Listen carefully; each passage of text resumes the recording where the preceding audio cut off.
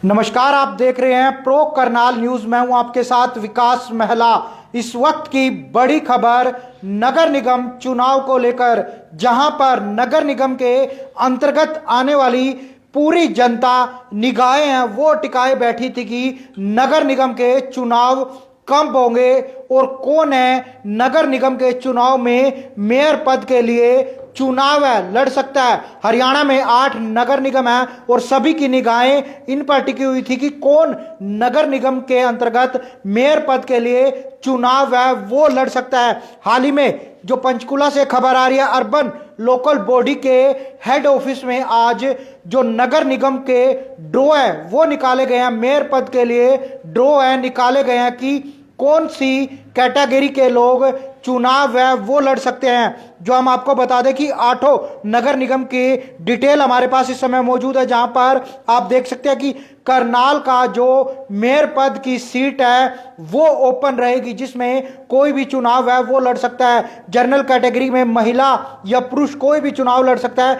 Open उसको रखा गया। करनाल में जो कहीं ना कहीं लोग अलग अलग बातें निकलकर सामने आ रही थी कि इस बार शायद इसको जर्नल से हटाकर एससी कैटेगरी में कर दिया जाएगा या बीसी कैटेगरी में कर दिया जाएगा, लेकिन अब ओपन कैटेगरी में इसको रखा गया। कोई भी व्यक्ति या महिला या पुरुष चुनाव है वो लड़ सकता है करनाल से मेयर पद के लिए, करनाल से चुनाव लड़ सकता है। वहीं अगर बात की जाए हिसार की, तो हिसार में भी ओपन है वो रखा गया, जिसमें कोई भी चुनाव है वो लड़ सकता है। अगर बात की जाए पानीपत नगर निगम की, उसमें भी ओपन रखा गया, वहां पर भी कोई भी चुनाव लड़ सकता है। बात की जाए फरीदाबाद नगर निगम की, उसे महिला जर्नल के लिए रखा गया है, जहां पर जर्नल कैटेगरी से महिला वो चुनाव लड़ सकती है। जहां पर कोई जर्नल का अगर कोई पुरुष है वो वहां पर चुनाव नहीं लड़ सकता। जिस प्रकार से करनाल में भी पहले महिला आरक्षित थी, जहां पर महिला ही जर्नल कैटेगरी से चुनाव लड़ सकती थी, वहीं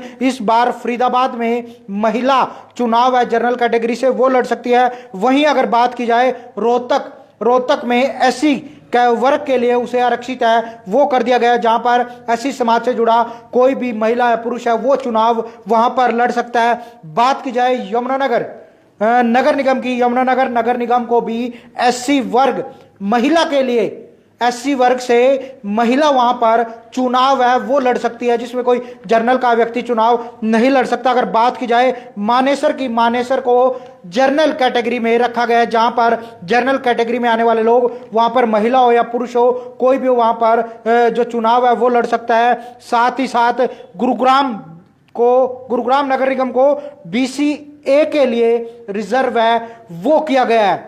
गुरुग्राम नगर निगम को बीसीए के लिए रिजर्व है वो कर दिया गया है। पूरी अपडेट हमने आपको बताई किस प्रकार से हरियाणा में 8 नगर निगम है और नगर निगम के मेयर पद को लेकर आज अर्बन लोकल बॉडी के हेड ऑफिस पंचकुला में आज ये ड्रॉ है वो निकाला गया, जहां पर तमाम नगर निगमों के जो अधिकारी है वहां पहुंचे हुए नजर आ रहे थे और वहां पर आज ड्रॉ है वो निकाला गया, जिसमें करनाल है वो ओपन कर दिया गया। जिस प्रकार से पहले करनाल की बात की जाए तो महिला के लिए आरक्षित है वो था, लेकिन अब करनाल ओपन है, जिसमें कोई भी जनरल कैटेगरी का पुरुष या महिला है वो चुनाव लड़ सकते हैं। वहीं हिसार को भी ओपन है वो रखा गया, पानीपत को ओपन रखा गया, फरीदाबाद को महिला जर्नल के लिए रखा गया, जिसमें जर्नल कैटेगरी से कोई भी महिला चुनाव है वो लड़ सकती है। रोहतक को एससी वर्ग के लिए रखा गया है, साथ ही साथ यमुनानगर को एससी वर्ग महिला के लिए रखा गया, साथ ही साथ मानेसर को जर्नल के लिए रखा गया है और गुरुग्राम को बीसी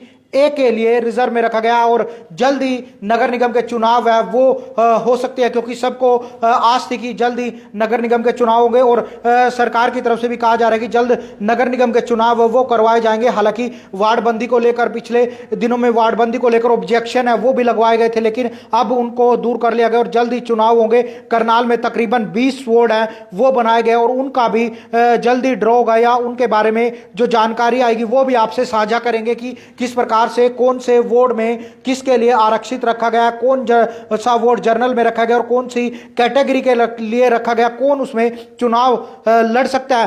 पल पल की अपडेट आपको प्रो करनाल न्यूज के माध्यम से देने का प्रयास है वो करेंगे। नगर निगम के चुनाव से जुड़ी हर खबर आपको सबसे पहले पहुंचाएंगे प्रो करनाल न्यूज के माध्यम से। करनाल से विकास महला, प्रो करनाल न्यूज।